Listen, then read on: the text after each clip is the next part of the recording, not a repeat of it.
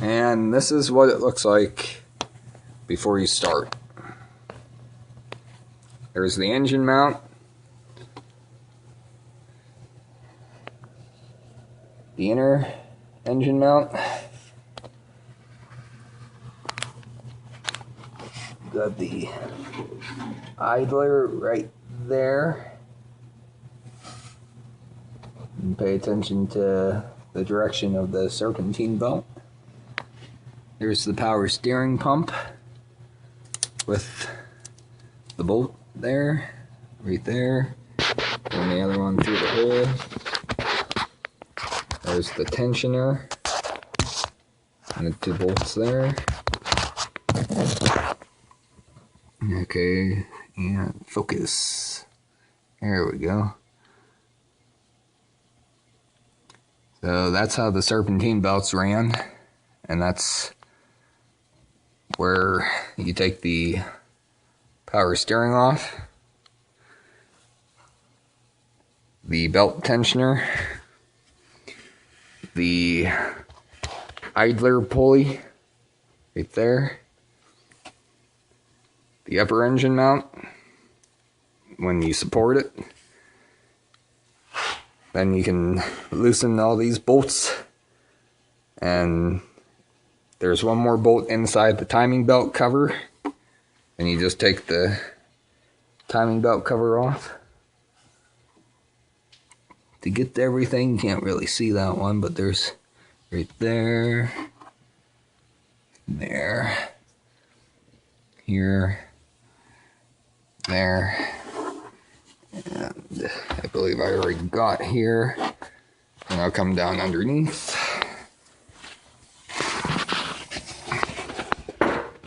You got the 3 bolts around the crank. Don't know if you can really see too much of them, but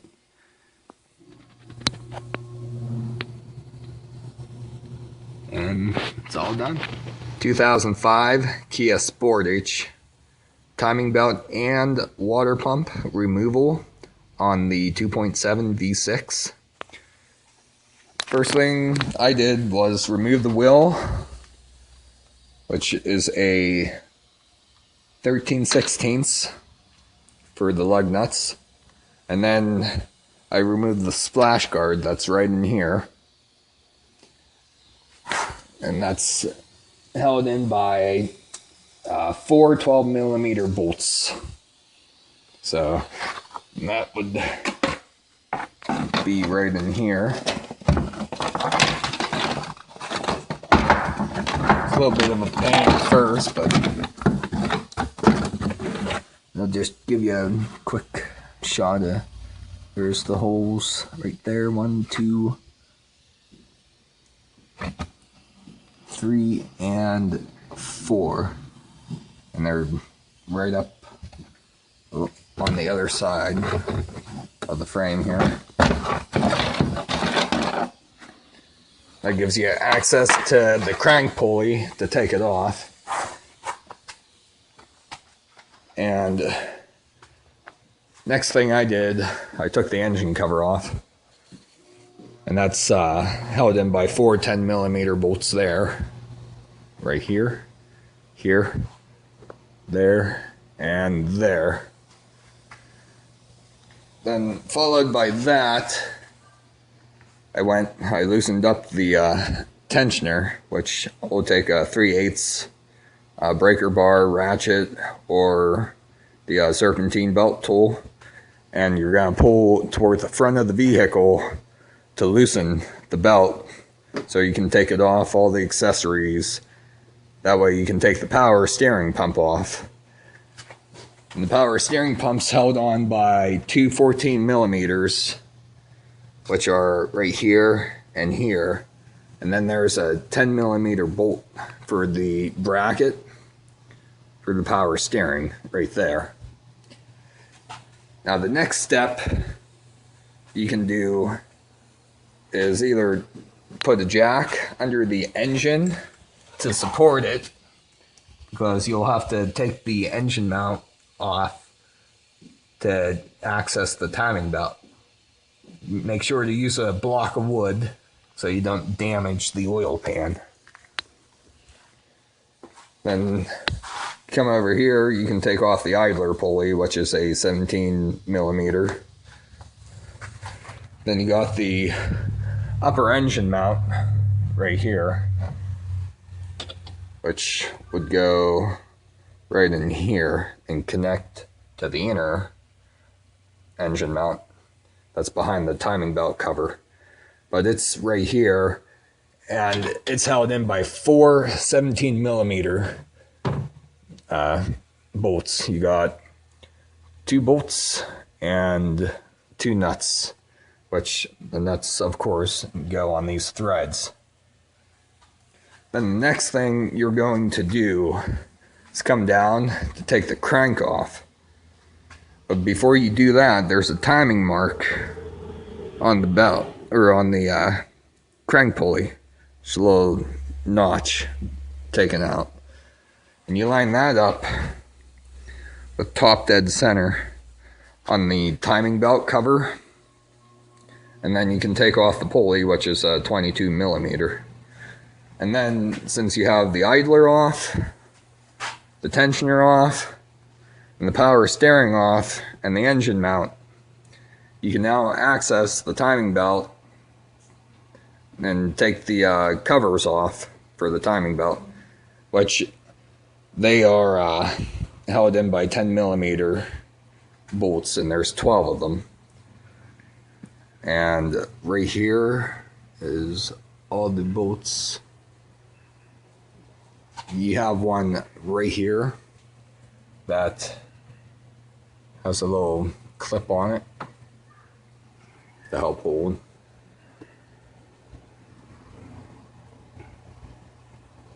Now, this hole and this hole go together, and you got this screw or bolt right there. Then you have this one for around the crank. Then after you get to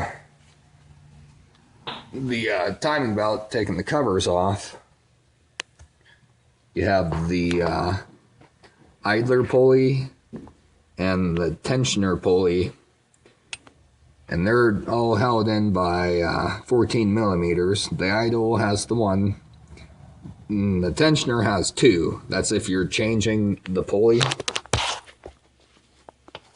But if not, it's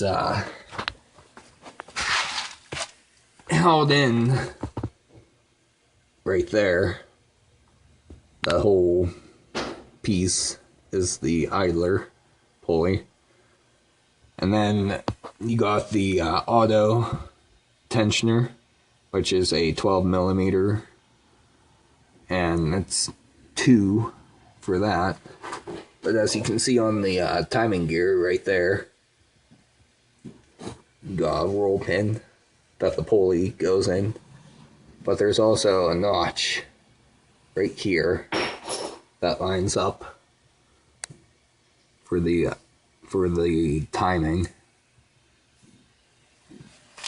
And then you got your timing marks right here and here. Then also on the other side, right there and right there. Now what I did was, the pulley is a little spring loaded, so I used the 17 millimeter breaker bar to keep it from going backwards and moving on me when I took the belt off. Then to get to the water pump, there's 8 bolts on that, and they are all 12 millimeters there.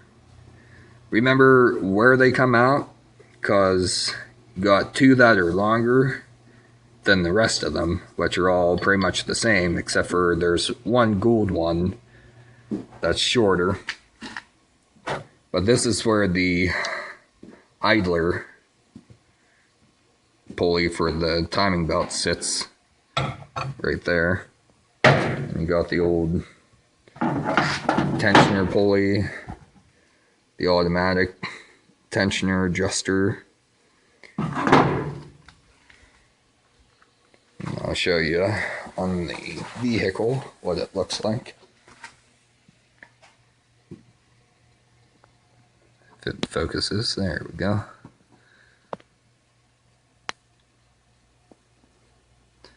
Oh, I did forget to mention, there is a sensor that you unplug on the power steering.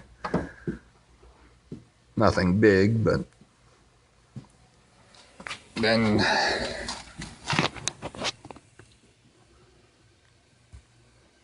I use blue Loctite on all the bolts as a precaution to make sure nothing comes out.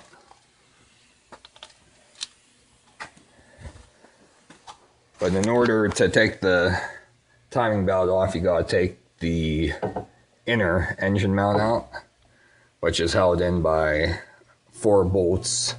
3 of them are 14, then the one at the very top is a 12, and the dipstick is attached to it on this side by a 12mm bolt. So after you take this off, you can pull the belt out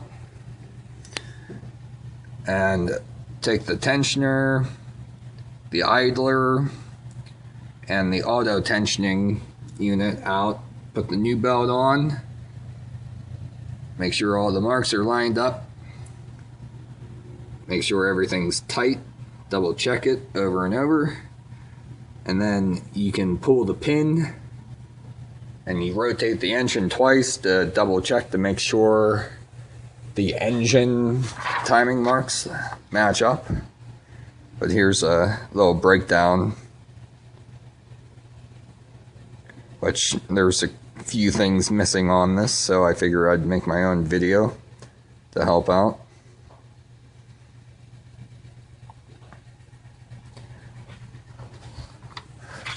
And you put everything back together in reverse order you taken it out.